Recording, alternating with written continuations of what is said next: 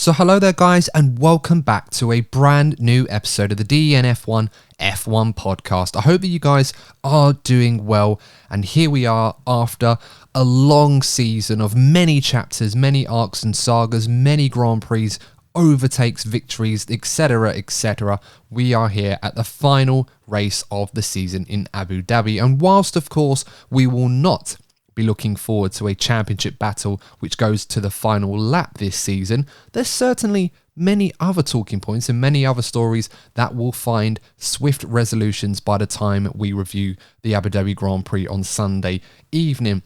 Joining me on this episode, it's just going to be Lee Wallington, but that is more than enough of a DNF1 panel to join me for this episode to review and preview all of the major talking points heading into the Grand Prix. First of all, Lee, how are you doing? Good to see that you're keeping warm, no less. And how's things at your neck of the woods? Yeah, I'm good, thank you. Everything's fine. A bit wet now. It's at the moment of recording. It's raining, which is that's fun. But yeah, I'm looking forward to this last race. Although it's that point of the year of, have we had the whole season already? What am I going to do in winter? It's gone like a blur. It's really Formula One to watch. You're going to regression, and just not looking forward to that part of no Formula One. But hey ho, enjoy the last race for what it is. Yeah, I mean, we'll have plenty of content to keep you guys keen and interested over the winter break, even though we're not going to be talking about the Formula One cars racing around on a Sunday afternoon, as we often love to do. And if you guys, of course, love to hear us do that, then you can continue to support us if you wish to do so. All you got to do is simply like the video and subscribe to the channel if you're watching us on YouTube. And of course, if you're listening to us on your favourite podcasting platform, you can support us by liking our pod and also giving us a 5-star review if you think that we are worthy. And if you do, we'll give you a shout out on the next episode. But moving swiftly along, I should say, a lot of talking points coming from the Brazilian Grand Prix, some of which are going to have ramifications on future races. Now, granted, we are at the final race of the season, so there's not a lot of opportunity, I should say, to see some of these ramifications in action. There are some that may go into 2023, and I think there's no better place to start, Lee, than talking about the brewing war now, which is, it seems that the chaos has ensued a little bit at Red Bull. It seems to have all come out. The words are already being spoken. The inflammatory language has already been used into some degree in certain elements of the Red Bull fan base from within, of course, and that's the brewing war that's going to happen between Max Verstappen and Sergio Perez, a partnership which we thought for some time was going to be quite amicable, one that seemed to bear many, many great results for the team, one that seemed to work, a dynamic that we thought perhaps wouldn't exist at Red Bull. Could Max Verstappen have a teammate that he could get on with, work in tandem with, and more importantly, have to support him and be his rear gunner? Up to now, the answer to that would have been a resounding yes, but after what happened in Brazil, it seems that tensions are really flaring between the two, and they have the potential perhaps to set a few sparks off this weekend, which may go into 2023. Oh yeah, I fully expect that the situation is going to get worse. You think several times last year, but even this year, Sergio has really helped Max when Max has needed his rear gunner, needs his teammate support. Let alone a thing, an example of Abu Dhabi last year, where Sergio did that brilliant defending against Lewis to hold Lewis up for seconds and lost seconds of lap time in that defense, which obviously ended up helping Max in the end. And he was a legend at that point. But obviously, for whatever Max's reasons that obviously it's been rumoured he decided that he didn't want to help Sergio at that moment. And it's just, for me, I just see the potential of this going to Sebastian, Vettel, Mark Webber kind of falling out that we had, a decade ago now, actually. But because that really blew up in the Red Bull's faces. And they didn't take each other out too often, or it did happen. I think the famous one is Turkey, when Sebastian crashed into Mark, or depending on your point of view. I'd probably have a similar one to you on that one, to be fair. But so they've got to be really careful if this is just going to completely ruin the championship harmony that they've had for the last 2 years. Well, this is it, isn't it? And obviously, for those of you that don't know, it was claimed by quite a few people in Max's camp that the main reason why Max was reluctant to let Checo pass him at the end of the Brazilian Grand Prix to get those extra points, which would have helped him in by no small feat, of course, in the Drivers' Championship battle with Charles Leclerc, was purely down to what happened in Monaco qualifying. Now, for those of you who weren't sure what happened, Perez was going into Portier corner before the tunnel, spun the Red Bull, and it was alleged that he did so deliberately to bring out the red flag, which would allow him to keep the pole position, which of course he had going into that race, and then was able to take advantage of the situation of a better qualifying position. He was pole position in that race, wasn't he? Or was it Charles Leclerc that did it too? It was Leclerc, wasn't it? That got it pole. Was Charles, yeah. Yeah, so just to rephrase that, because I have to sort of backtrack on that one a bit because I forgot. But no, Perez had a better qualifying position than Max, and Max was obviously angry because the red flag meant that Max couldn't improve on his qualifying. So he was down in, what was it, P4? I think it was at the time. And obviously we saw the way the race panned out, and Max was pretty much a moot point in that race. He wasn't really able to get involved at the battle at the front. Strategically, just wasn't in the right place. Wasn't the best performance from him, admittedly, although it was a difficult race for a lot of drivers. And Perez obviously went on to win the Grand Prix. And it was well documented that Max's father, former F1 driver Jos Verstappen, went on Max's website to write a blog basically lambasting and attacking the Red Bull team, saying that they weren't showing preferential treatment to their lead driver. They weren't showing Max the respect he deserved. They were prioritising Checo over him in that race.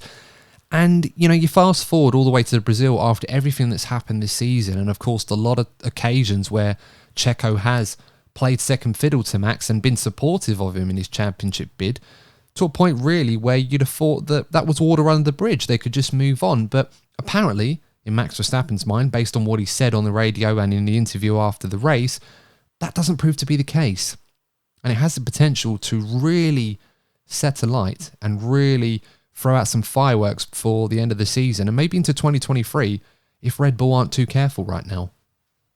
Oh yeah, you think if they are in a multi-team championship battle next season, be it Ferrari or Mercedes or another team, he's going to want his rear gunner back.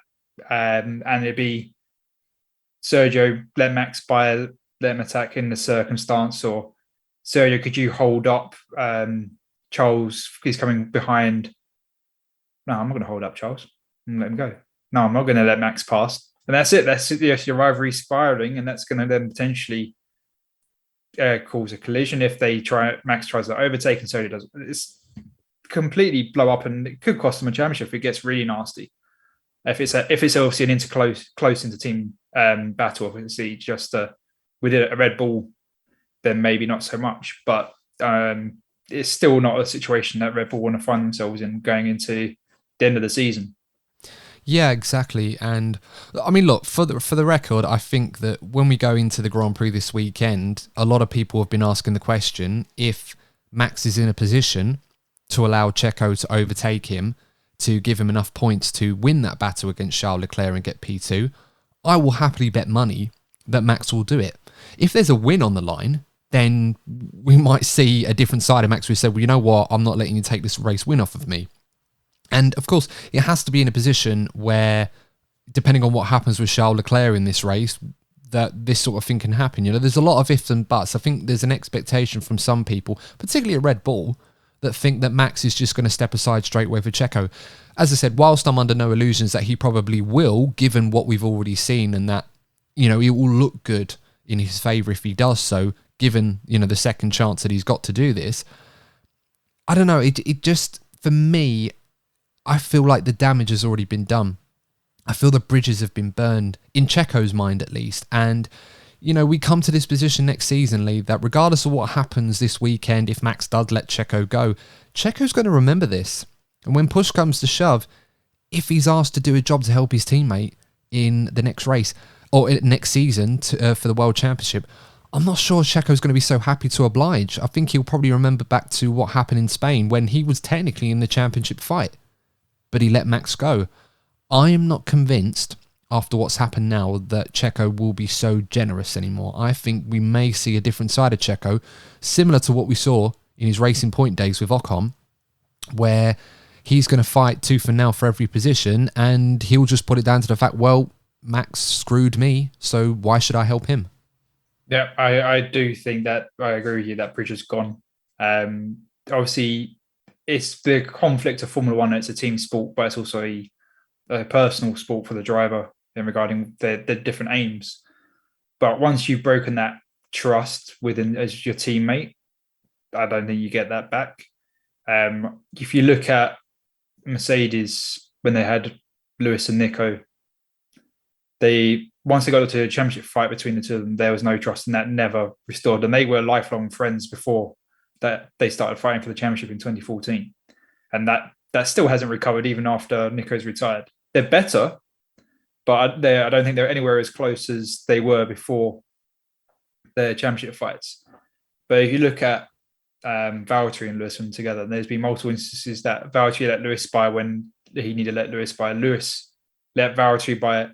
And because they reciprocated, that trust was always there that my teammates got my back, even if it's not in their favour. And that's it. So that kept going because that trust was always there. But the trust has gone for Sergio, and that will just never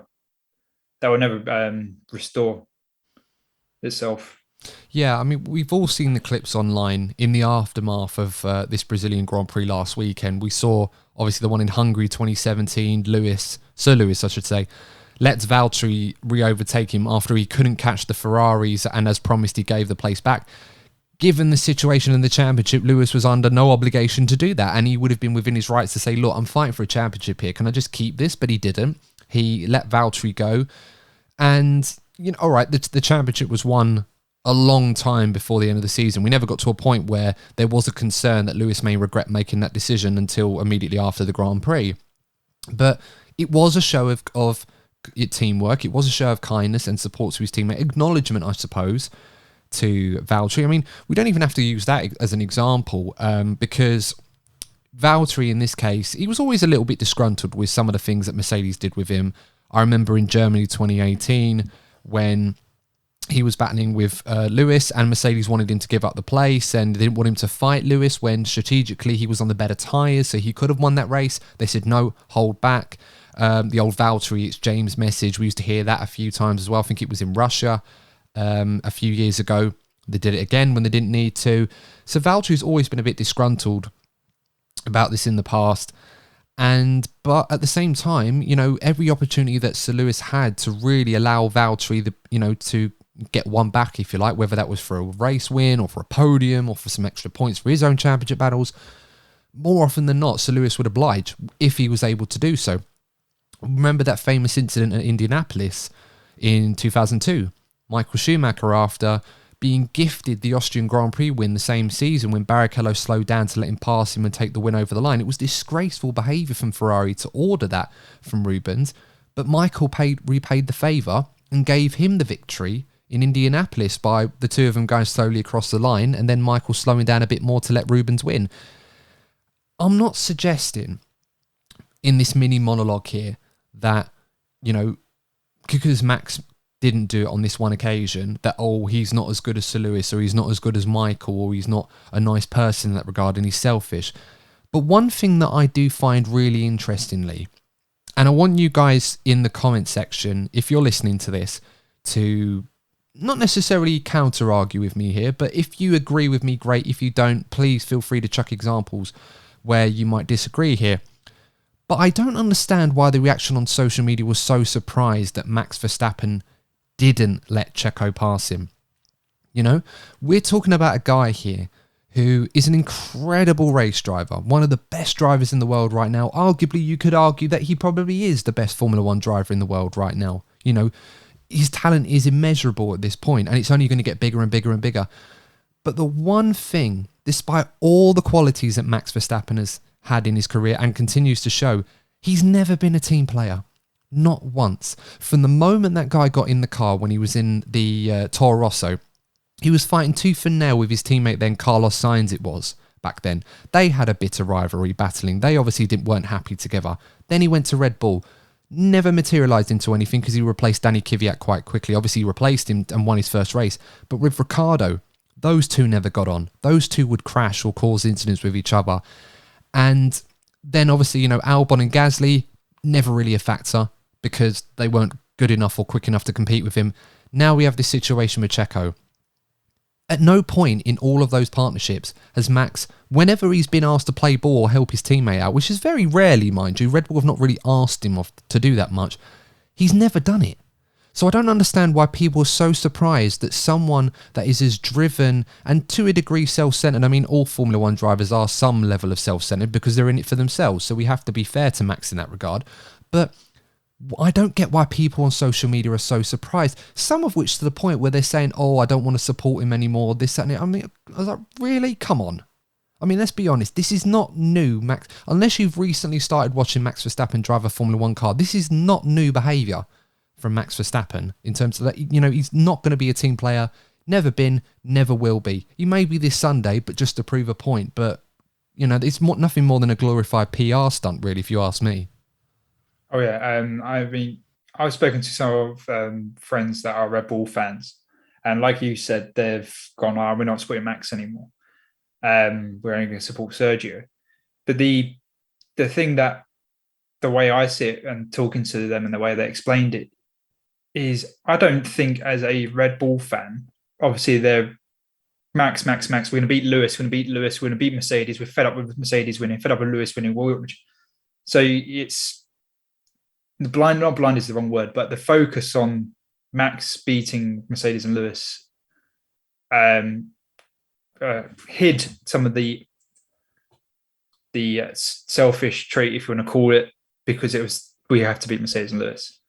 And now it's two-time champion, and we know how, as I said earlier, how much Sergio has helped Max.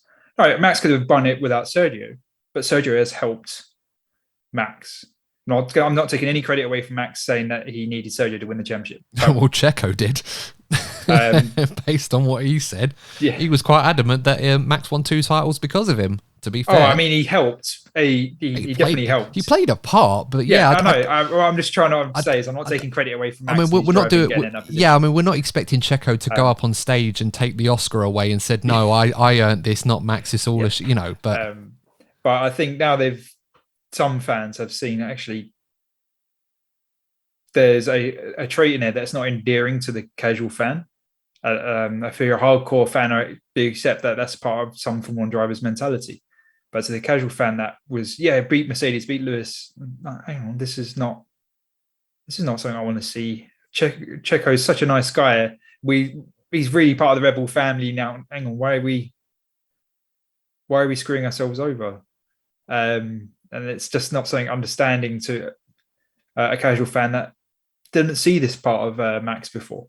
To some other team supporters, this has always been something that's been visible in what makes Max Max. He's ruthless in his overtakes. He's ruthless in how he sees action on track. He's ruthless in how he carries his speed through the corners. And that's just how he operates. And that's what's made him who he is, as in the 2-time champion he currently is. So it's just obviously trying to say it's just obviously a shock to some Red Bull supporters. Yeah, I totally understand that. And look, if there are new fans of Max Verstappen this season and they've not been watching F1 very long, and this behaviour or this mindset where he's not interested in supporting his teammate, he'd rather, because of something that's happened or he's held a grudge, fair enough. But let's be honest, most of the people that are complaining and upset about this, and I saw one person take a picture of a Red Bull jacket on the floor without context and basically said, I want to return this product because it's faulty or it's damaging. Do you realise the damage that Max has caused with this? And I'm thinking, I mean, look, if you're genuinely upset about that, then fair enough. But let's check off the things with Max and Red Bull in the last few years. Obviously, certain battles with Lewis Hamilton where he's gone over the top and he's been a bit too aggressive and played his part in certain incidents. What happened in Abu Dhabi, whilst it wasn't Max's fault, but obviously people are going to hold a grudge against him and Red Bull over how that went down. The budget cap saga this year, which obviously a lot of people aren't going to forget, regardless of the fact that Max has been able to keep his championships. There are going to be some people that will look at that and think that he's cheated. You want to go through all these things. The fact that he didn't let his teammate pass him to get a few points in one race so he could get P2 in the championship. And it could be irrelevant at this point because Checo could end up becoming P2 anyway, so it might be irrelevant. If that's the thing, if that's the straw that breaks the camel's back for you, I don't know what to say. Like, why would you be surprised? I think Max Verstappen's a great driver. I'm not his biggest fan, but I think he's a fantastic driver, and I don't think we can doubt that.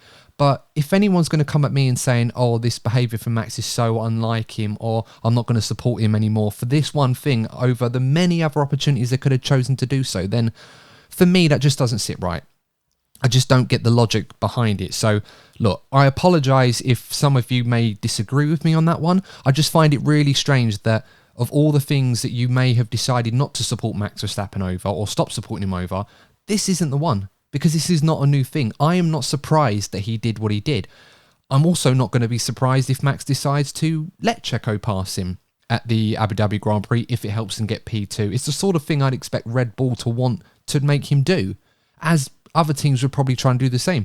You know, that's just how it goes. You always have an image you want to try and protect, and these opportunities present themselves where you can kind of repair damage and hope that people forget. Do they? Social media certainly doesn't forget. We always get reminders about all these things. So, mini rant over. You know, I'm aware that's a bit of a whinge more than anything else. But this is going to develop into something next season, I feel. And we'll have to wait and see when it happens. But I'm sure it's going to be pretty spicy when it does.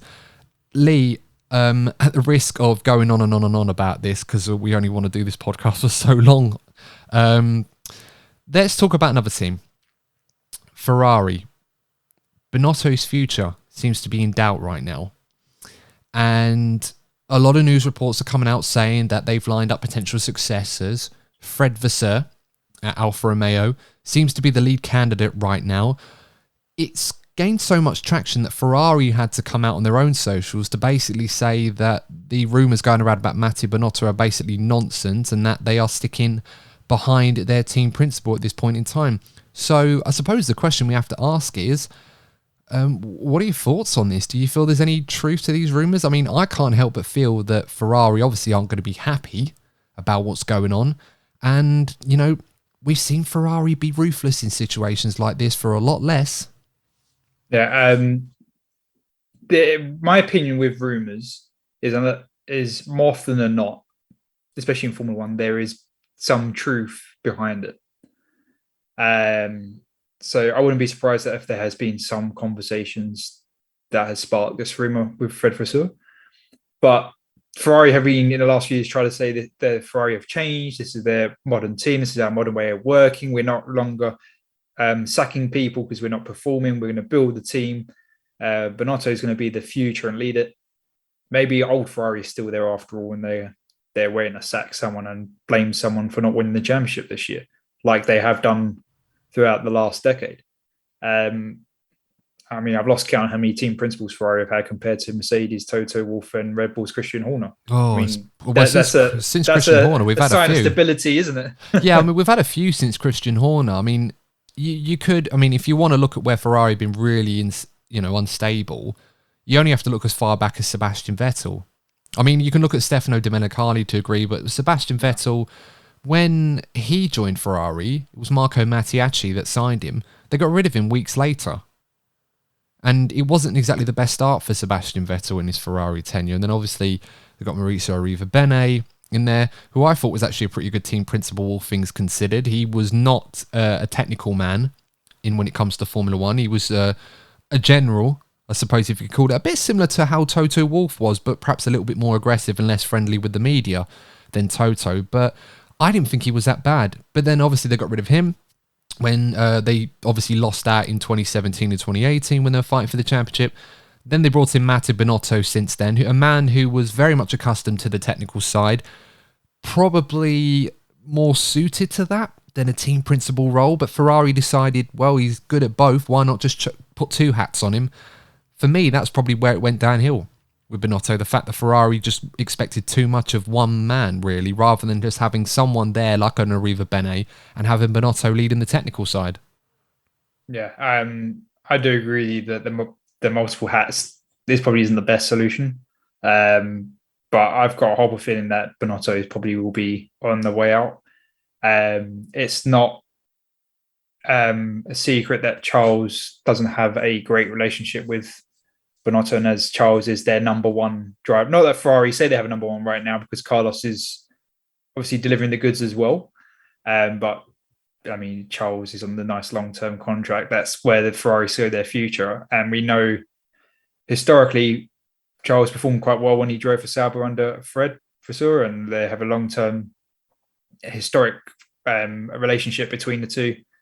And so you think if it may be in Ferrari's interest, like, Charles he's got the speed, but he hasn't got the capacity. He's made these mistakes. We've made these mistakes. We need a solid head, someone that can build that confidence in Charles, get him back on his A game, because we know he can do it.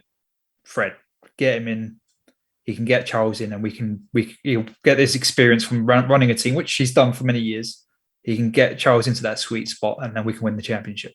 So there may be that kind of thinking going on in the background as well. Yeah, I mean, it seems like that relationship between Charles Leclerc and Matteo Binotto really started to fracture a little bit around Silverstone. And we all saw the images on TV. We all saw Matteo Binotto putting his arm around Charles, giving him a stern talking to, when he was completely understandably distraught over the fact that his team got the strategy horribly wrong, which benefited his teammate who ended up winning that Grand Prix. Obviously, Charles wasn't interested in being the team player on that day, something that we've said quite a lot on this episode already. And, you know, Binotto, unlike Red Bull in this regard, basically went to Leclerc and basically told him that he needs to do his part for the team. You're not bigger than the team. You know, not to poke fun at Red Bull here, but this is something that I've never seen Red Bull do with Max. They've always defended him or gone to bat with him every time he's been embroiled in some level of controversy, whether it be on or off the track. We've never seen in public them sit Max down and say, no, you will do this. And we've seen Max, in this case, put forward a power play. You could argue that behind the scenes, Charles Leclerc has done the same thing. You know, two drivers with long contracts, huge assets to the team, so much trust, so much talent in both of these guys that they can't afford to lose them from these teams. And it's put them in positions of power where they can potentially influence certain change. On the one hand, you've got Red Bull pretty much succeeding to what Max wants them to do, and it's been going on for some time. In Ferrari, not quite done that with Leclerc, but unlike Red Bull, Ferrari have not been able to provide the results, or the car in this case, to back that up. I mean, it's been strategy blunder after strategy blunder, the latest of which was the Brazilian Grand Prix in sprint qualifying, where they put Leclerc on the inter tyres. They wanted to split the strategy. He was the only one on the tyres, and then they wanted him to come in, but Charles has already crossed the line to start a proper flying lap. And by the time he did come in, George Russell had beached his Mercedes in the gravel, and it was too late to put the softs on. So it's, for me, as I said before, I'm of the opinion where Matteo Binotto should not be team principal at Ferrari.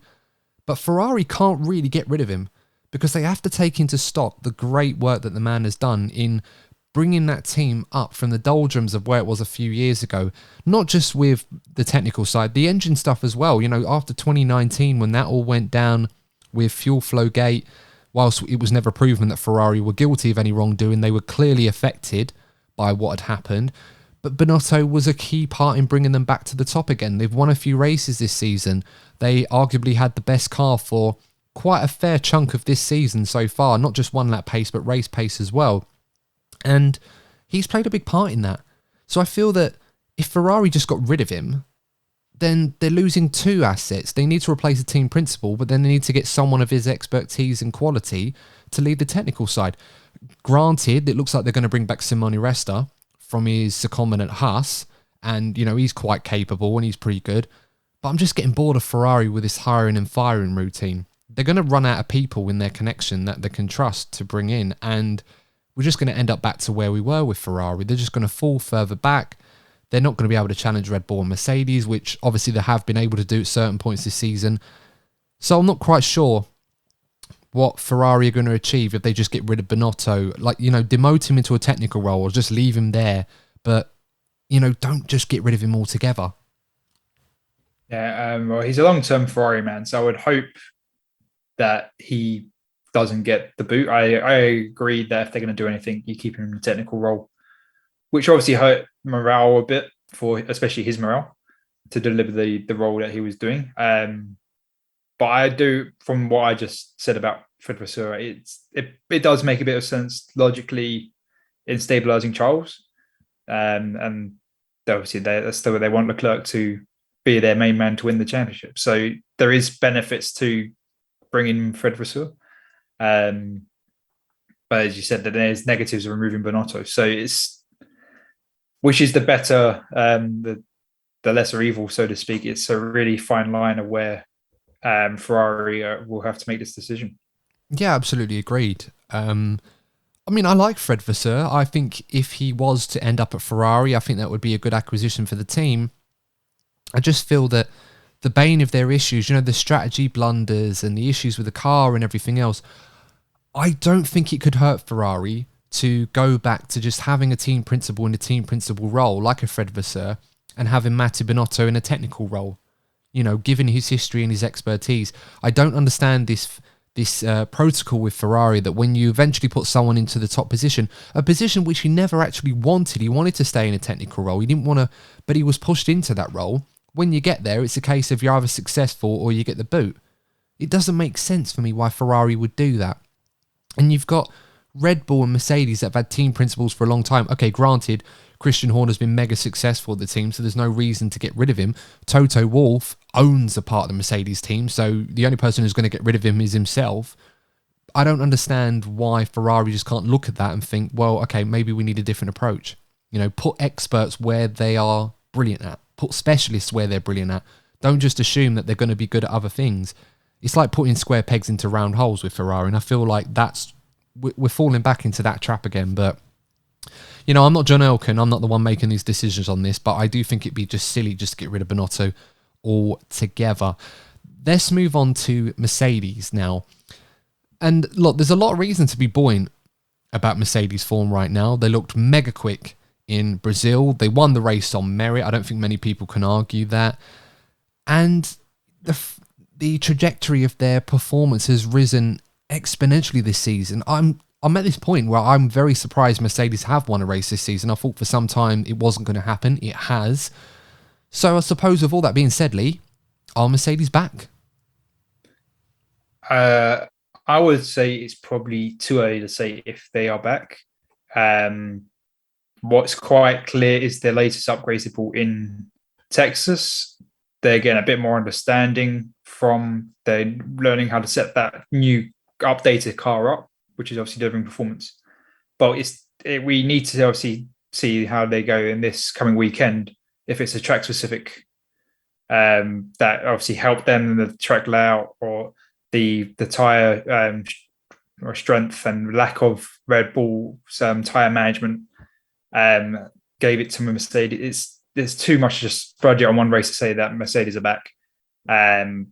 If Mercedes somehow win this weekend, then you can say maybe Mercedes are back and we're going to have an interesting season next year. Obviously, it all changes next year and car changes, so it can mean diddly all squat for next year.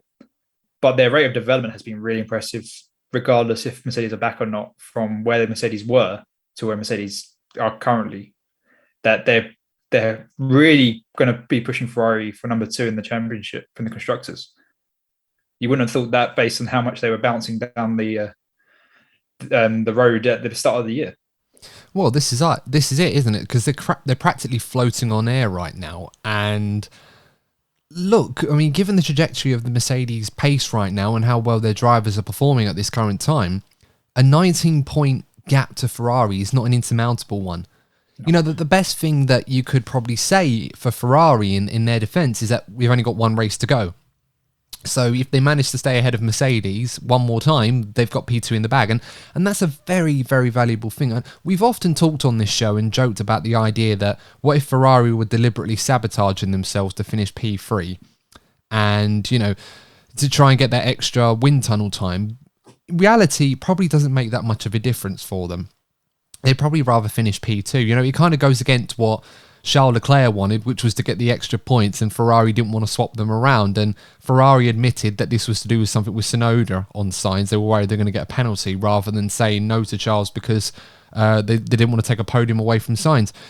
With Mercedes, the way they're going at the moment, you certainly wouldn't rule that out. Mercedes could make up that deficit on Ferrari. Ferrari recovered really well in Brazil and finished 3rd and 4th to limit the damage, but you certainly wouldn't bank on that happening again this time out if, we had a similar race to what we had in Brazil. So it's all to play for P2 in this Constructors' Championship. In terms of Mercedes themselves, I think the big concern that I think we have to focus on is Mercedes this year have been on a fact-finding mission. They've tried to find out why their car has struggled a lot compared to Red Bull and at times Ferrari this season, why they've not been in the championship picture. They went differently on their concept. They went for the Hyde Pod concept. Ironically, it ended up being a car that was more draggy, despite the philosophy behind their concept to make it as less draggy as possible within reason. Of course, you do need drag on an F1 car, otherwise you'd never be able to slow it down. But Mercedes now have got to a point where on merit they have a car capable of winning Grand Prix. It's probably the second fastest car on the grid right now. I know we talk about Ferrari having their one-lap pace at times, but Mercedes have upped their game in qualifying, and in race trim, Mercedes are better than Ferrari. There's no two ways about it right now. And this kind of presents a bit of an issue because Mercedes have focused a lot of development on improving the current concept. We've kind of pondered on this show throughout the season whether or not Mercedes would abandon their current concept and go for something completely different, something akin to what more like Red Bull and Ferrari, for example, as other teams have done throughout the year, or would they focus on trying to evolve their current concept for 2023? This is where it gets tricky. I'm not quite sure what the answer to it is because, hypothetically, if Mercedes wanted to allocate time to both options to weigh up which one has a better rate of return, whichever one they go down, they're going to compromise themselves, really. So what do you think, Lee? Are Mercedes in a position where if they haven't made a decision on what they're going to do next season, they're going to be on the back foot next year? Personally, I think they've already made a decision what they're going to do regarding the concepts for their car next year. It would be too late in the season if they haven't. My feeling is they're going to keep their current concepts. They clearly know what's gone wrong. But they also know that if they change their concepts, they're always going to be behind because they're going to be several months behind in development time, and B, they're only just going to be copying Red Bull, which you're only going to be as quick as the team you're copying. You're only going to be faster if you do something different. So Mercedes know that. They were only so I think that they'll just keep on working on their concept. And you got the rule change to the floor edges for next year, which is currently believed to be more in Mercedes' favour regarding how the floor edges work and hinder Red Bull's current design. So there is that to think of as well. And if Mercedes know what they've done wrong, they know the rule change that potentially help their concept, then I don't see why Mercedes will look at changing their concept. Historically, Mercedes have been the only team in the previous generation of car design to be their own way, apart from obviously the pink Mercedes when it popped up.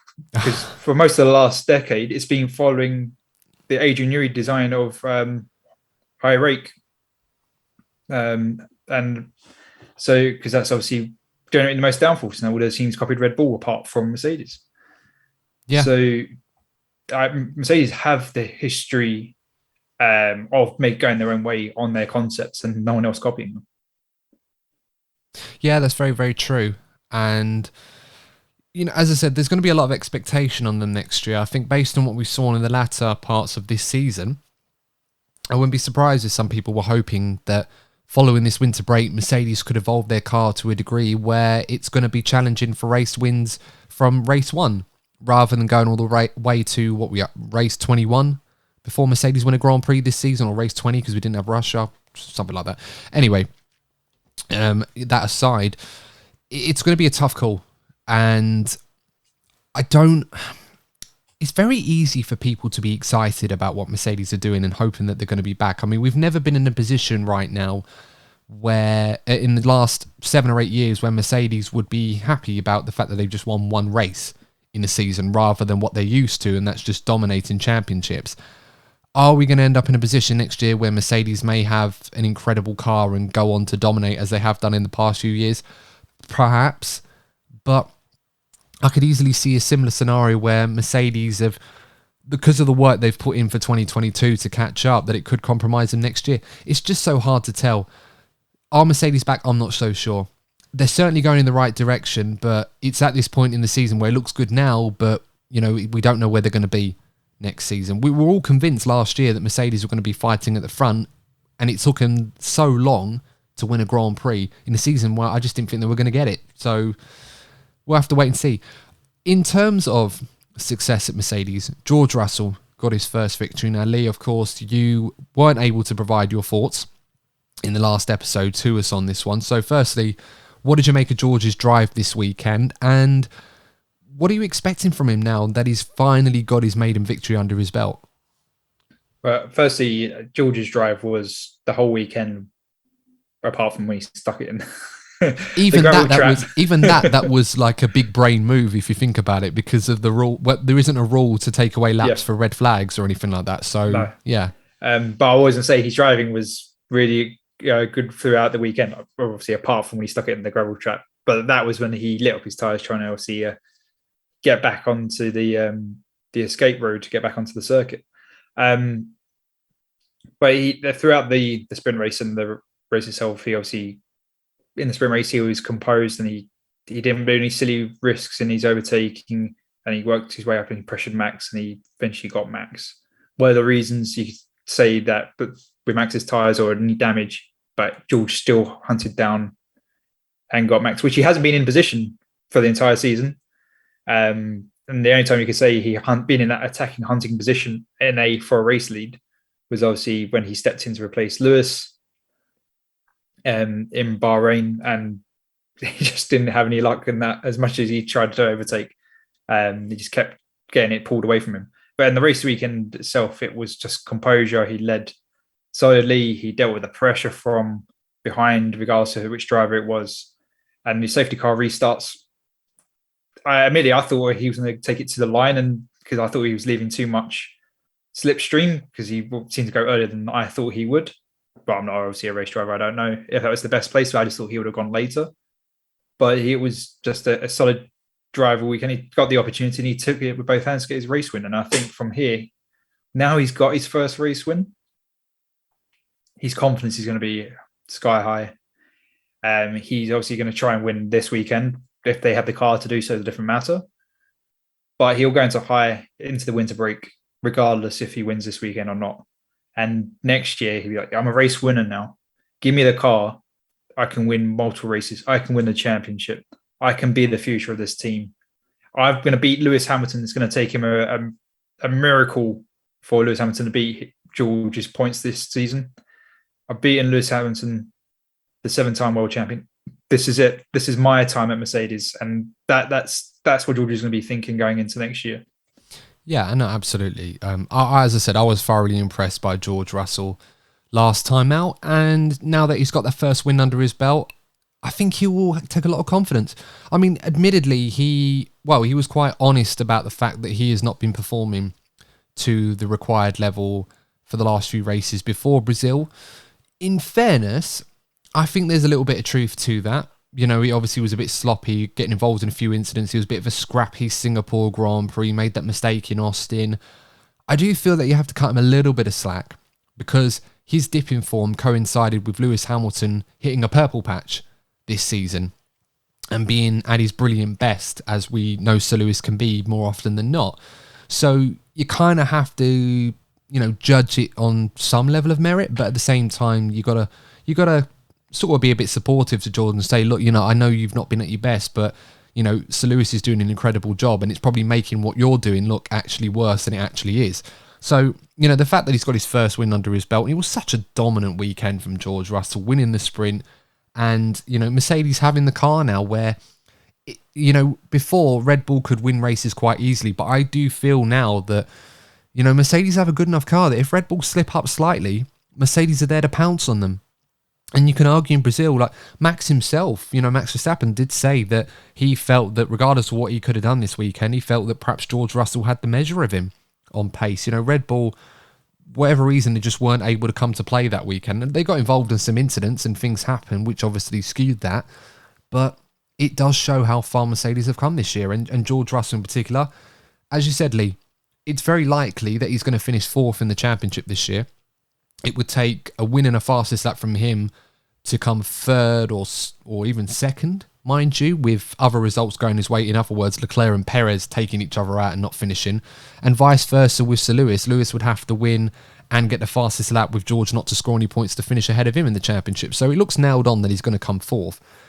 And I think that's a great start for him at Mercedes, and obviously there'll be plenty of opportunities for him going forward with that newfound confidence. Maybe we'll see George Russell emerge at a new level. We'll have to wait and see. Alpine versus McLaren, the final chapter of this season. You'd be forgiven for thinking that Alpine probably have this all but sewn up at this point. It's never over till it's over, but as it stands right now, Lee, I think McLaren have to come at least 4th and 6th, I believe, before Alpine even get out of bed. So at this point in time, Lee, would you bet against Alpine from taking 4th in the Constructors? No. I think it's, in effect, it's really all over for McLaren now in regarding the championship. The only saving chance they may have is Alpine's reliability comes to haunt them again. That's haunted them throughout the season, especially as we've said in previous episodes with Fernando. And that's the only thing that, apart from McLaren actually turning up and having a better car, which it may happen, is that McLaren realistically need the Alpine's reliability to come back and sting them again in the last race. And there's no guarantee that Fernando's car will fail. And I say that because it's Esteban's car and he fails when it's parked up on the grid and catches fire. But that's the different thing. You like to break it down after the sprint race. But in itself, I really think it's over. Alpine's had a brilliant car, solid car. They've really stepped it up since last year regarding the performance of the car and their engine. Obviously, it's their plan may not have met up with Fernando's L plan, but you can see the progress in their plan and where the team is currently to get to, regardless of their leadership changing in the team. Well, Fernando's always cited a lack of preparation at Alpine. He said that a few times this year. Although, we're talking about box office Fernando here, who's leaving another team on less than amicable terms, as he always seems to do in Formula One.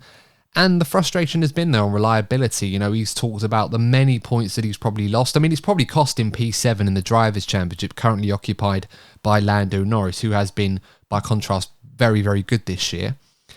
And, it's understandable. He's obviously in a bit of an inter-team battle with his teammate, trying to beat him. He's 5 points behind him going to the last race. And we kind of saw the best and worst of Fernando Alonso last weekend out. It kind of sums him up, all that stuff where he's whinging and crashing into his teammate and saying this and saying that about him, all that stuff as Fernando often does, which we all love to hear on the radio and joke about. But then he goes and, delivers a performance in the main race where he puts it, P5 on the road. In certain trim, he was almost as quick as Perez and the Ferraris and even Hamilton to a degree. So in an Alpine, it's incredible stuff from Fernando Alonso. And for me right now, it's crazy that we talk about a guy that does what he does in terms of the bad things, but then he just puts these stellar performances together and he's driving at such a level where you almost want him to be in a top level car right now, just for the curiosity to find out what he can really do at the moment. And he's going to be some asset for when he goes to Aston Martin. I'm just not convinced that they're going to be able to give him what he needs to realise that. Yeah, I mean, right now, unless Aston Martin have a great car for next year, I think it's a bit of a backward step car-wise. But it is really a shame to see Fernando not fighting at the front of the grid. I would love him to be fighting up against the new generation coming up, being it Max or Charles or Lando or George, even against Lewis, being on the same generation as Fernando, just being up in the front end of the field in the thick of it, and not fighting for the best of the rest. But it was such a great race, and I'm really looking forward to seeing what he does in the last Alpine, although I do hope that Esteban and Fernando can avoid any on-track collision between the two of them. Yeah, easy said than done. Maybe in their own minds, they probably feel that unless McLaren I think they've got over there's like 2 or 3 20 points plus finishes for McLaren this year, something like that. So it is possible for them. without Alpine having to do anything, but they probably feel that with the advantage they have over McLaren, they probably feel they have a little bit of license to go up against each other if such an opportunity occurs this weekend. And it's something that they've done all throughout the year. So I'd be very surprised if them two started playing best of friends and nice to each other in this race of all races, especially when they're going to be in different teams after this one. I want to move on to McLaren a little bit. Talk about Oscar Piastri, actually, because we haven't had a lot to say on him since the bombshell was dropped that he was not going to be joining Alpine after Fernando Alonso announced he was leaving to go to Aston Martin. In fact, he ended up going to McLaren. And obviously, we were worried for a while that he wasn't going to get any FP1 runs or any adequate running in the current McLaren to get himself ready for next season.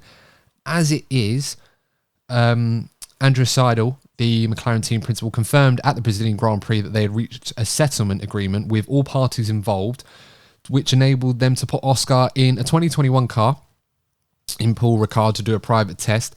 And furthermore, it will enable them to officially start working with Oscar on the Monday after the last race in Abu Dhabi rather than 2023, which will allow them to put him in the current car in the young driver test. And it's something that they're obviously going to be looking forward to and kind of alleviates the doubts that Oscar's going to be on the back foot with no running whatsoever in a modern day McLaren before everything gets going in pre-season testing in 2023. I mean, Lee, this has been a strange one with Oscar Piastri because there's been a lot of contract law, a lot of disputes over Alpine's entitlement to the driver versus his own freedoms to go to another team. Then, of course, there was a debacle over trying to keep him in the team. Even though he's not doing anything for them, they stopped the 2021 Alpine car running and put Jack Doohan in that car instead. He hasn't had an FP1 session, which I believe the lack of mileage in the old car and the fact that he hadn't done any FP1 runs, because I think he was guaranteed 2 in his contract, that contributed to this new situation where we are now, where McLaren could go in and reach a solution. I mean, Oscar could have just gone in there and said, well, you've not honoured my contract, so I'm just going to break it. But it seems to have found a nice resolution. I suppose, in a way, what I'm kind of asking is, like, for your thoughts on all of this. I mean, this is obviously a good move for Oscar Piastri. And hopefully, now that McLaren and Alpine have reached a rather amicable solution to a new problem that they were going to find themselves in, not to mention all the other stuff they've been involved in this year with contract law and everything else, it seems now that we don't necessarily have to worry too much about Oscar being on the back foot now. It's definitely a good move by Oscar, and obviously Mark Webber being his line manager, getting that agreement sorted. And I think there's also, I believe, Pierre Gasly's been released so he can go to Alpine as well, which is obviously... that's definitely helped. That's definitely helped Alpine to make the decision to be helping McLaren. And so it's sort of like a bit of a roundabout. And obviously, I've forgotten his name. Who's going to... The guy they're going to... I've forgotten. It's not Stoffel Van Dorn. I keep thinking it's Stoffel. No, Stoffel's going to Aston Martin, isn't he? Martin. They're going to... Oh, were you thinking Nick De Vries? That's it, thank you. I was thinking from Formula E and it's like the teammates. I went in the wrong driver. Nick De Vries, obviously going to be AlphaTauri. So it's all like all the teams win in having their driver doing the testing after Abu Dhabi. So I think that's lighting the mood for this situation to go to McLaren early. And it's good to see that he's not going to be in the back foot. Although he's still going to find it in a tough position, fighting Lando, McLaren being very much Lando's team, and even that. Right, yes, you can say the car has been the issue, Daniel, and obviously Daniel himself not being in his sweet spot. But Daniel went into Lando's team, and Lando has basically, for whatever reason, has beaten Daniel, who's the Grand Prix race winner, proven winner from a top team, who can handle higher pressure, because he saw off Sebastian Vettel. He was working alongside Max Verstappen, and Lando has beaten him over the course of their time together. So having that early chance is great, but doesn't mean he's going to have an easy ride into next season working alongside Lando. No, it's been a very, very messy year for all parties. I think if you ask Oscar Piastri, probably, I know you probably we know what he probably would say given what's happened, but if he had the choice to drive for McLaren or Alpine, he probably would rather choose McLaren. And that's no disrespect to Alpine. I just think right now things seem a bit rosier at McLaren, and based on what we've seen this year from Alpine, they've had a great car and two good drivers, but they've lost a great driver and a driver with massive potential in the space of a week, owing to the fact that they just weren't able to tie them down to what they wanted.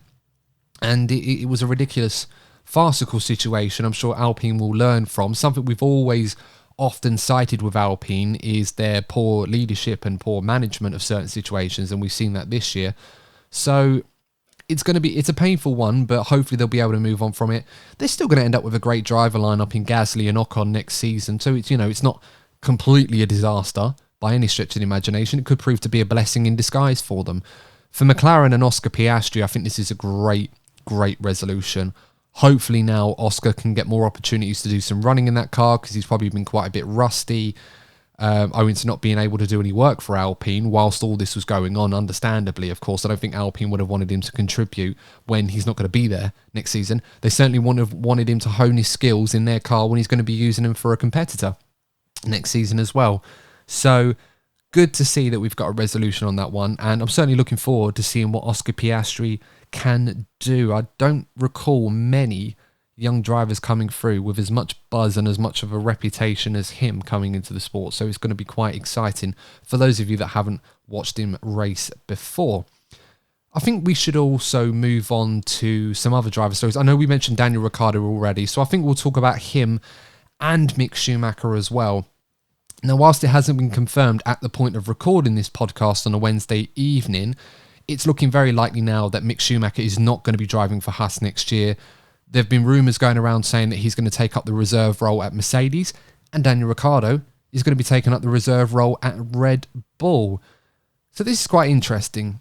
I want to start with Danny Rick, if we can, Lee. And what are your thoughts on this one? Because he left the Red Bull team and the program back in, 2017, 2018, to go to Renault in a shock move that nobody really saw coming, perhaps except Cyril Abiteboul. But, it's one of those that really hurt Red Bull. It hurt Christian Horner, and it burned a lot of bridges for Daniel in that regard. And fast forward 5 years, and Daniel has not really been close to achieving what he wanted to. He's only won one Grand Prix, which was a crazy day at McLaren, and on form, that probably wouldn't have happened on a normal day, but it did. And he's not, as I said, he's not been close to achieving what he's wanted to. He's not really ever been in a championship fight. He's never been close to being in a championship fight. Now we find him being a reserve driver at the team, possibly with a view to going maybe even to AlphaTauri in 2024. I mean, it's kind of got the Thanos Endgame meme written all over it, doesn't it, Lee? You know, the one where he sits on the rock at the end of the Endgame film and he looks at Thor, Iron Man and Captain America and says, "You couldn't live with your past failures, which led you back to me." It's a bit like that almost, isn't it, for Danny Rick? Yeah, he did. Unfortunately, as a top team, he's run out of options to go for, and Daniel's past, he's probably delivered these best drives and they've been in his personal sweet spot at Red Bull. Obviously, it's a shame to lose him from the grid next year, but I'm sure he's probably rubbing his hands with glee, hoping that this Max and Sergio situation blows up in Red Bull's face, because hang on, maybe an opportunity opens at Red Bull and he gets a 24 drive with Max again alongside for a Red Bull. You never see him poking Christian going, "Go on." I mean, could you imagine a situation like that? Well, this is it, isn't it? Because Red Bull don't have an obvious candidate, in my opinion, to replace Perez. I think the only one they had that was realistic was Gasly. You can argue a case for Albon, but I don't know. I mean, maybe they'd go for Albon as a safe choice, but you couldn't rule Ricciardo out, surely. No, I don't think they would give rule Ricciardo out. I think it's given Red Bull options going forward. Obviously, as I said in previous episodes, I think Albon would be the next logical choice, being the tyre links to Red Bull. But the caliber driver that Red Bull want, I say Red Bull want, I mean as the Christian Horner and the management of the team, not as the drinks company itself. Alex Albon, then maybe, but it now gives the team options with Daniel being in the wing. It puts pressure on Sergio, having an experienced race winner as the reserve driver, it potentially forces Sergio in a position that we were saying earlier about, will he be the friendly teammate that Max has had in the last 2 seasons, or will he be messing around with Max? But knowing that Daniel's in the wing, maybe force Sergio to go, actually, I have to play second fiddle because I need to keep Christian on side and Helmut Marko on side, because they may want to replace me with Daniel if I don't play the way I want, because Daniel can do just as well or even better. Right, I'm just saying there's a thought. Obviously, no, but this is a fair point. That's a fair point, Lee, because Red Bull have kind of put themselves into a situation. Again, look, we're going back to the Max thing again, but they've put themselves in a situation where they've nurtured this incredible talent in Max Verstappen. They've made him feel like he's capable of achieving anything and everything, and that anytime he makes a mistake, they're going to go to bat and defend him, almost to the point where he's like a god and he can't do anything wrong. Now, whilst that's fine to do that if you want to nurture a driver to become the incredible superstar that he is today, and fair play to him for doing that, you do put yourselves in a position where you have to nurture that ego. You have to feed it. You have to make sure that it's happy, that that it's delivering, and that every time you get into a situation like this, you can't put your foot down on it anymore. It's like it just gets to that point where you lose control and power. Maybe we're seeing that with Red Bull right now and with Max Verstappen and everything that he's got, to the point now where something like a situation next season where Perez may become a bit more feisty and difficult to deal with, it puts you in that position where in order to keep Max happy, they may have to look at getting rid of him, and they may only be left with a Danny Ricciardo to jump in there and replace him. I mean, you wouldn't rule it out, would you? No, and say Daniel has got he's talked about going as a reserve driver with the idea of giving him options in 24. So they're probably, I'm not going to say they've gone to Daniel going, come on, you join us, we'll give you a seat in 24. But they're going to have had those discussions to at least give Daniel the entertaining the thought of they may have a possible drive. Obviously, he does want to end his career now. You see in interviews, he's not saying he's retiring. He's certain he will be back on the grid. So there's a very good possibility that he's going to be trying to get that Red Bull drive for 24.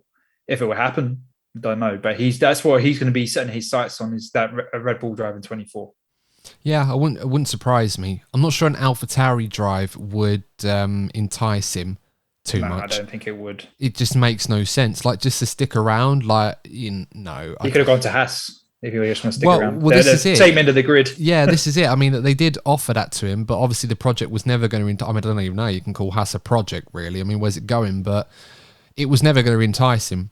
So I'm not quite sure the lure of an AlphaTauri, especially AlphaTauri right now. Yeah. Where they've got... I mean, unless they do something crazy, they're going to finish 9th in the Constructors' Championship, which is not great. And it's worse than Haas. Oh, and he turned that down. This is it. Yeah, this is it. I mean, why would you want to go there all of a sudden? So, but there are going to be opportunities in AlphaTauri. I mean, with all due respect to Yuki Tsunoda and Nick De Vries, good, fast drivers, but there's not a lot of experience in that team.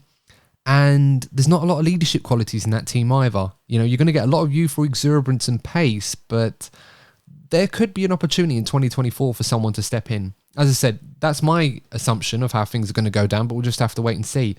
For Danny Rick, it's going to be interesting to see what happens, but maybe a year out on the sidelines, less pressure to sort of hone his craft a bit more without the pressures of delivering week in, week out might be good for him. Another driver it could be good for, Mick Schumacher, potentially going to Mercedes. If he's not on the grid next season, whilst I've said on record so many times of how much of a shame that would be and how much I disagree with Haas's logic and handling of this situation, I'm certainly not going to say that going to Mercedes as a reserve driver is necessarily a bad thing. I think this could prove to be a blessing in disguise for him if it turns out. And Toto Wolff has made he's not kept this a secret. He wants Mick Schumacher there. He has always said the Schumacher name has resonated with Mercedes. Now, Ferrari fans listening to this show will probably say, well, how's that true? Michael Schumacher made his legacy at Ferrari. That is true. But Michael Schumacher got into Formula One through the Mercedes program. He was driving a Mercedes prototype car not an F1 car, in a GT series before he ended up in Formula One. He had a contract signed and a promise saying that he would race for Mercedes if they ever entered a Formula One team again. All right, it took them till 2010 to do it, but he was there. First day they unveiled it, he was there to drive that car. So for me, despite the Ferrari connections, if Ferrari don't want Mick Schumacher and Haas don't want Mick Schumacher, then he's all up for Mercedes to gain on, really. And I think it'd be a good move for both parties. Oh, yeah. I've been saying most of the season, you look back on previous episodes, that I think Mick was going to end up in Mercedes as a reserve driver or part of the junior program, and he'd end up in Williams as one of their sponsors, like the George Russell situation. Obviously, Logan Sargent is now being talked about as being the Williams driver. Sorry, I'm not wrong on that part, but the talking about going to Mercedes looks like I was going to be right. There's the Dharma, the company that owns Mercedes, obviously very much wants to have that German driver back. Nico retired, so they're being British driver being the lead driver. Obviously now Sebastian being the other German driver in the sport is gone. Currently, there's have no German driver on the grid. All right, Nico Hulkenberg's potentially going to be coming back into Haas, which should be announced this weekend if that's going to be true or not. But having that German driver in the family, so to speak, that may answer the Lewis question in the long term about who replaces Lewis when he retires. There is options that could all be Mick and that keep the board happy having a German driver there. That long term, you never know, you could see a Mick and George Russell partnership in the future. And I'm sure the Dunn board would love to have that German world champion with Mercedes. Yeah, it would be a nice celebration of this British-German hybrid that we've got with Mercedes. Obviously, it's no secret that it's a German team, but there's a very much a British nucleus around its success and where they're based and the people that do such a great job there. And, of course, their driver lineup, which is all British as well. A complete contrast to when they started off with the likes of Nico Rosberg and Michael Schumacher back when they rejoined the sport in 2010. So I think this could be a great move for Mick Schumacher. I know he'd want to be on the grid, but quite frankly, I think we can all agree that Mick Schumacher still has a lot to learn before he's ready and capable of being a competent, solid Formula One driver. I still believe very strongly he's got the talent to do it. He's shown glimpses of pace and performance, but it has been hindered by a heavy repair bill and many mistakes. And I don't think Haas have handled this situation very well either. I don't think they've been very supportive of Mick. I think some of the things that they've said have really hindered his progress. And,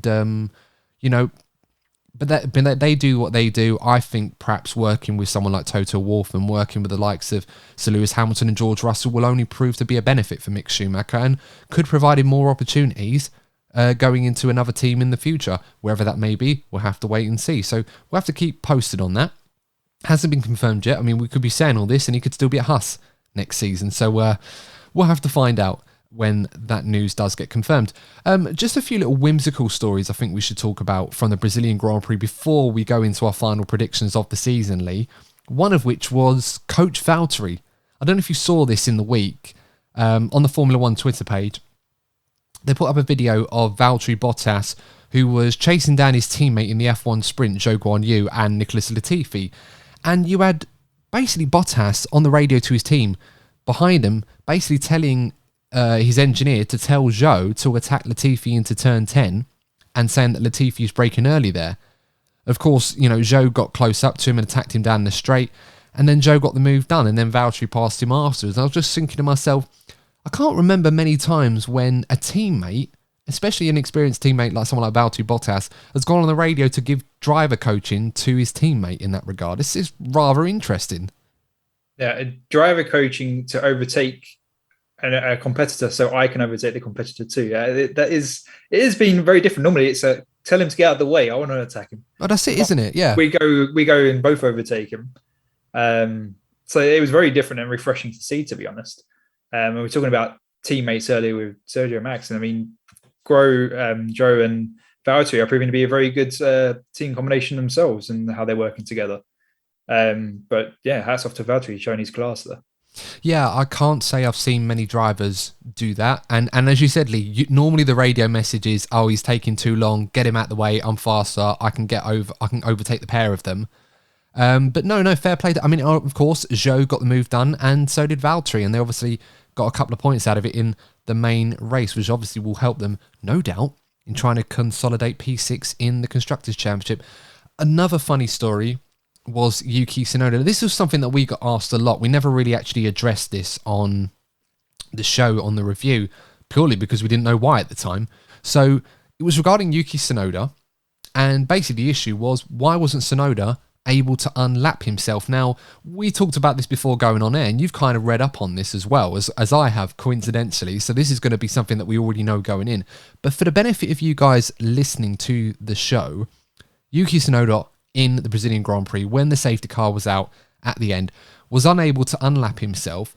On the notifications board, they allowed Albon and Latifi in the Williams to unlap themselves, but not Tsunoda. And a lot of people, including us, were scratching our heads as to why. I went back and did a little bit of research. I know you did too, so I'll try to explain this, because this is a very, very complicated scenario, but it kind of makes sense, assuming that I explain this well enough. So you guys listening will be the judge on that one. So I'm going to have a crack at it and see what you think. Basically, when the safety car was called out, Yuki Tsunoda was lapped at the time. He was near the front of the field. So I think it was near like George Russell, Max Verstappen. When he was going to break off and have a pit stop, obviously there's no limit when you're going into the pits. You can go as fast as you want up until you get to the pit lane speed limiter line. And he overtook George Russell in the safety car. At that point, he had unlapped himself in the eyes of the sensors and, the track mappers, where they figure out where everybody is on the road at the time. Gone into his pits and put a new set of tyres, then came out, he was back in lap traffic again. He'd been lapped again. Now, the rules state that in that situation, you're only allowed to unlap yourself once. Now, because Yuki Tsunoda, by going into the pits very quickly, because he unlapped himself in that brief moment, technically speaking, he was not allowed to unlap himself again. Ultimately, that is why he was not able to unlap himself the second time and go with Albon and Latifi. He had to stay where he was, ended up doing himself in, so he was a lap down, and we ended up with that crazy scenario, which, fair play to Tsunoda, it was really good driving, where he just had to pull over to the left on the restart and let everybody go through and lap him. It was really unfortunate, but I'd never seen anything like that before. I was flabbergasted until I read up on it. It just made no sense to me of what had happened, but I thought they'd just forgotten about Tsunoda, quite frankly, until afterwards they thought, oh, hold on, what's he doing in front of that queue? And now we can't let him go. Yeah, and when I read up on it, I was like, how has this not happened before in the whole history of the sport? How have we not got in a position that a car's wanted to unlap itself twice with a safety car? But yeah, it's just obviously the complexity of the sport that hasn't occurred before. But when I first saw it, I was like, after all the focus on the safety car last year, have they still managed to mess up the safety car? Really, have the FIA not learned anything? It's mad, isn't it? I mean, it's up there with that time in the F2 race a couple of years ago in Monaco, where there was a safety car or something like that, or something crazy, or a red flag.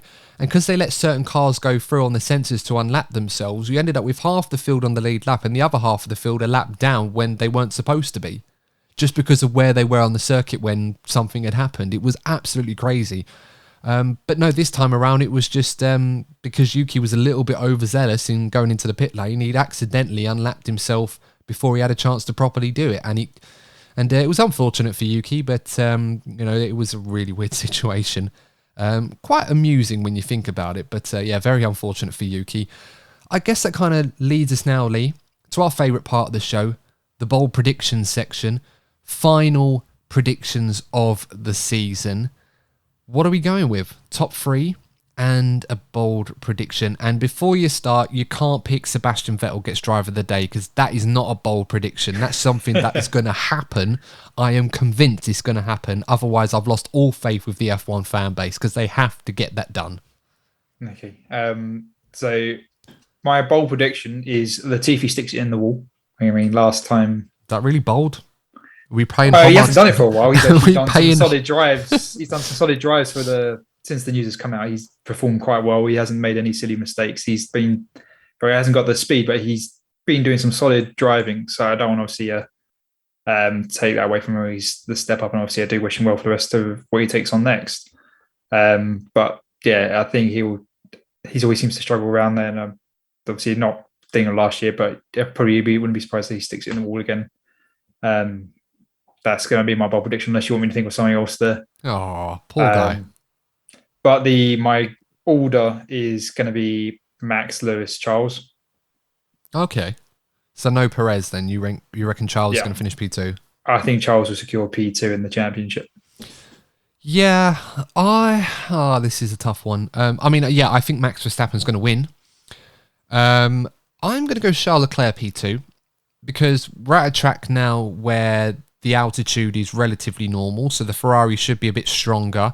The Mercedes should be a little bit more nerfed in that regard because of the drag issues. I mean, they've been to two high altitude circuits, so that's kind of lessened or mitigated the damage caused by the air resistance on a draggy car. So, yeah, I'm going to go with Leclerc P2. I'm going to go with, why not, Sir Lewis P3. Might as well have a similar podium, but obviously swapping two positions. Bold prediction. This is going to be interesting. I really want to say McLaren are going to finish with enough points to beat Alpine in the constructors, and Alpine are going to get it horribly wrong. But for the life of me, I just can't put it hand on heart and say that. So I'm going to go with Fernando Alonso to finish in the top 5. I know it's not the boldest prediction, but I feel like given where we are this season, I think that's probably bold enough. And I think we'll leave it at that. One thing I do want to say... That's probably pretty bold that you think Fernando's going to finish the race. I have the utmost faith in Fernando Alonso to finish the race. I mean the car, not the car, yeah. That's all. It's not Fernando that's the problem. It's whether the car's capable of finishing. All right, Fernando's car finishes the race, but it's probably going to go up in space. It'll end up like, what was it when Kimi... Was it his final race where his car just gave... Oh, no, it was final race for Ferrari when his car just gave up, and that was it. Sebastian Vettel, final race of his F1 career. We can't go preview the final race of the F1 season without talking about Sebastian Vettel. I was listening to the Beyond the Grid podcast, and it was featuring Sebastian Vettel as the interview with him. Absolutely wonderful listen. I definitely recommend anyone that hasn't listened to it already to do so. It really does get you right in the feels. You know, he talks about the 4 times world championships, his career at Red Bull, Ferrari, the high points, the low points, his hopes and expectations for life after F1. And, you know, it just feels so surreal that someone that you and I, Lee, have obviously watched our entire lives in Formula One, he watched his entire career, someone that's been so successful, someone that's loved and adored by almost everybody in not just the Formula One paddock, but in the sporting world as well, anyone that's watched him drive a car. It just feels so surreal that this weekend we're going to have to say goodbye to one of the all-time greats and one of the most wonderful people that we've ever seen represent our sport. Yeah, it's always painful when one of the big names of the sport driver leave the sport and retire. You have some drivers, when they step away from Formula One, no one really cares too much, which is a shame because they're still one of the most elite drivers in the world. But then when you have some drivers like Sebastian and walk away, and it's like, what a hole he's going to leave in the grid. Not just from what he's achieved in the sport, but what he brings to the sport reputationally, in what he stands for. Sebastian very vocal on what he stands for and all the causes he stands for and believes in. So having that loss, it'll be a really big hole that he will leave in the sport. You think of, like, going back to Kimi, that you mentioned, when Kimi retired, it's such a big hole. When Fernando retired the first time, it left such a hole. And Sebastian, I would love him to come back. He hasn't ruled it out, but I don't see him coming back, and just be such a shame to lose Sebastian. And as you said, we've seen him from start to finish, and yeah, it's going to be an enjoyable race to watch him. I just hope he manages to actually have a good race. Yeah, I hope so too. There seems to be this real cruel irony with race drivers and their final race of their career, where they tend to retire, and usually early in these races, which is unfortunate. We saw Felipe Massa have that problem. I think, wasn't it Jenson Button had something similar? Yeah. David Coulthard, remember his final race in Brazil in 2006, crashed out on the first lap. All that effort, all that special livery and helmet, and he goes out on the first lap. So, yeah, hopefully Vettel has a safe race, finishes and gets a good performance, and he just enjoys himself. I'm really going to miss Sebastian Vettel in F1.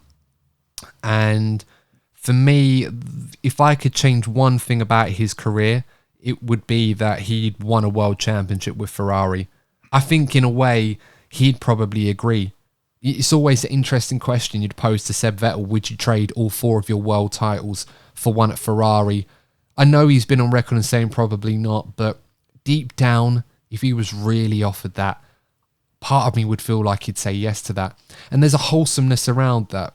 Look, if you're a Red Bull fan, I totally understand why you probably think that's absolute garbage, but this guy, more than anything else, just wanted to be just like Michael. He wanted to be just like him. And, you know... his hero. Exactly, yeah. And a hero to a lot of us as well. And Seb got to live that dream. And there's a part of us, if you're a Ferrari fan or a Michael Schumacher fan or a Vettel fan, you kind of lived that with him. The race in Malaysia in 2015 where he won his first race for Ferrari, the celebrations, the jubilation, the team radio, the joy, the passion, it all just came out. And you can't not listen to that and see that and not let it touch your heart. It really was something special. And, you know, we'll always remember the key moments in his career, stuff like that. The multi-21 incident that we mentioned earlier, and comparing that to what Max Verstappen did in Brazil, which I think is a fair comparison, quite frankly, in not just the incident, but what it meant in terms of a power play to his team. But also, Monza in 2008, when he won his first ever Grand Prix in the Toro Rosso, was arguably one of the greatest drives I think I've ever seen from a Formula One driver. And those moments will continue to live on. And whether or not we see Sebastian Vettel in the sport again, I can't honestly say that I've known a driver in this sport that I'm going to miss much more than him. I don't think there are many that I'm going to say that to. Yeah, and you think of other records that Max beat his record for the most wins in a season that he joined with Michael, but he's still going to go out as the most successful Grand Prix winner in the Indian GP. And that's going to last for a while. I'm sure that applies to other tracks. They'll never take that away from him. Absolutely not. No, absolutely not. No, I love that. That's a great way to end on this episode. Guys, in the comments section, let me know your favourite Sebastian Vettel moments. And please, please, please, if you do vote on the F1 Driver of the Day, vote for Seb. I will not tolerate any other driver being driver of the day except him this weekend. I think it's the least we can do. I know you guys agree with me, so please vote for Seb this weekend. Let me know your favourite Seb moments in the comments. It doesn't necessarily have to be about driving. It could be when he did that video for F1, I think it was Beyond the Grid as well, when he named every single world champion in order backwards from 2021, was it, all the way to 1950 when F1 began. An incredible thing. Most fans and journalists wouldn't have even got close to that, and he absolutely nailed it, and it was wonderful stuff. But guys, I think that's all we've got time for in this preview. I hope that you've enjoyed it. Even if you don't agree with some of the stuff that we said, that's absolutely fine. But let us know your thoughts on the topics discussed in the comments below. Like and subscribe to the channel if you haven't already. Give us a 5-star review on your favourite pod platform if you think that we are worthy. If you do, we'll give you a shout out on the next episode. But until then, until next time, stay safe, thanks for tuning in, and we will see you in the next episode of the DNF1 F1 podcast, where we will be reviewing the final race of the season in Abu Dhabi. Let's hope it's going to be a classic. Until then, remember one thing, if you're not first, you'll probably be DNF1. Almost forgot it there. Take care. Goodbye.